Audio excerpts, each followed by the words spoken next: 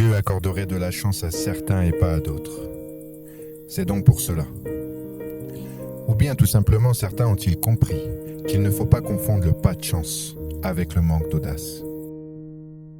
Il y a bien des lois, des règles et des mystères qui gouvernent et régissent cette terre et cet univers, mais le plus grand qu'ils suscitent est bien entendu celui de la réussite. Une personne qui vit de la réussite est tout simplement une personne qui a eu assez de courage et de confiance pour se permettre de concrétiser ses projets et ses aspirations personnelles comme professionnelles. C'est une personne qui s'est donné le droit de croire en elle, de se donner la permission de réaliser ses rêves et ses envies, et cela au risque du levier plaisir-douleur du quoi qu'il en coûte. Je suis fasciné par les moyens conscients et inconscients que l'homme met en place afin de réaliser le grand film de sa vie sans jamais se donner la permission de s'asseoir à sa bonne et juste place. Après un long périlleux et puissant pèlerinage à la découverte de mon être intérieur et le démantèlement de ma très sophistiquée machine à peur, je suis revenu avec la certitude que, quoi qu'il en soit, nous ne serons jamais plus libres que de soi. Car tout comme l'évolution physique dépend des aliments dont nous nourrissons notre corps, notre évolution mentale dépend des pensées avec lesquelles nous nourrissons notre esprit. On devient ce à quoi on réfléchit. Et vous? À quoi réfléchissez-vous, concrètement? Quels sont vos rêves? Quelles sont vos aspirations?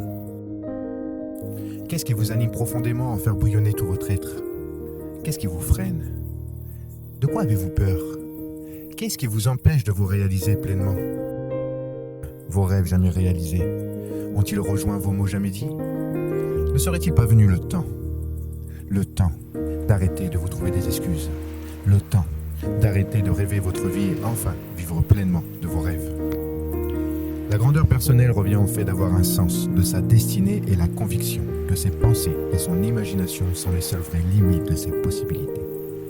Il n'y a pas d'âge pour travailler son développement personnel, mais il est vrai, comme toute activité, plus tôt nous commençons, plus vite nous ressentons les résultats de notre travail et plus rapidement nous accédons à l'accomplissement et l'épanouissement de soi. Ce travail personnel nous fait prendre conscience que la peur n'existe pas, mais qu'elle est simplement le fruit de notre imagination cueillie sur l'arbre de l'inconscient arrosé par des croyances limitantes. Cela nous permet aussi d'atteindre la meilleure version de soi-même en comprenant que nous ne sommes que de perpétuels brouillons au vu de l'évolution constante et permanente qu'il nous offre. Et vous, quand est-ce que nous allons commencer?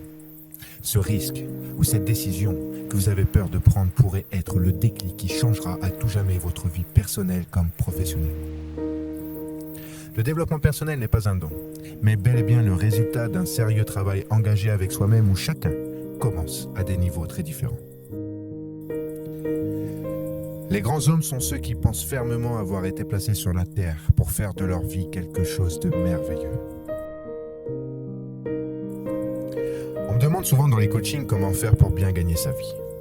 Chez Equanime Coach Industrie, nous pensons fermement que la vraie question à se poser n'est pas comment faire pour bien gagner sa vie, mais plutôt comment ou quoi faire pour bien la dépenser. Si le temps c'est de l'argent, alors tout comme lui, il faut savoir l'investir.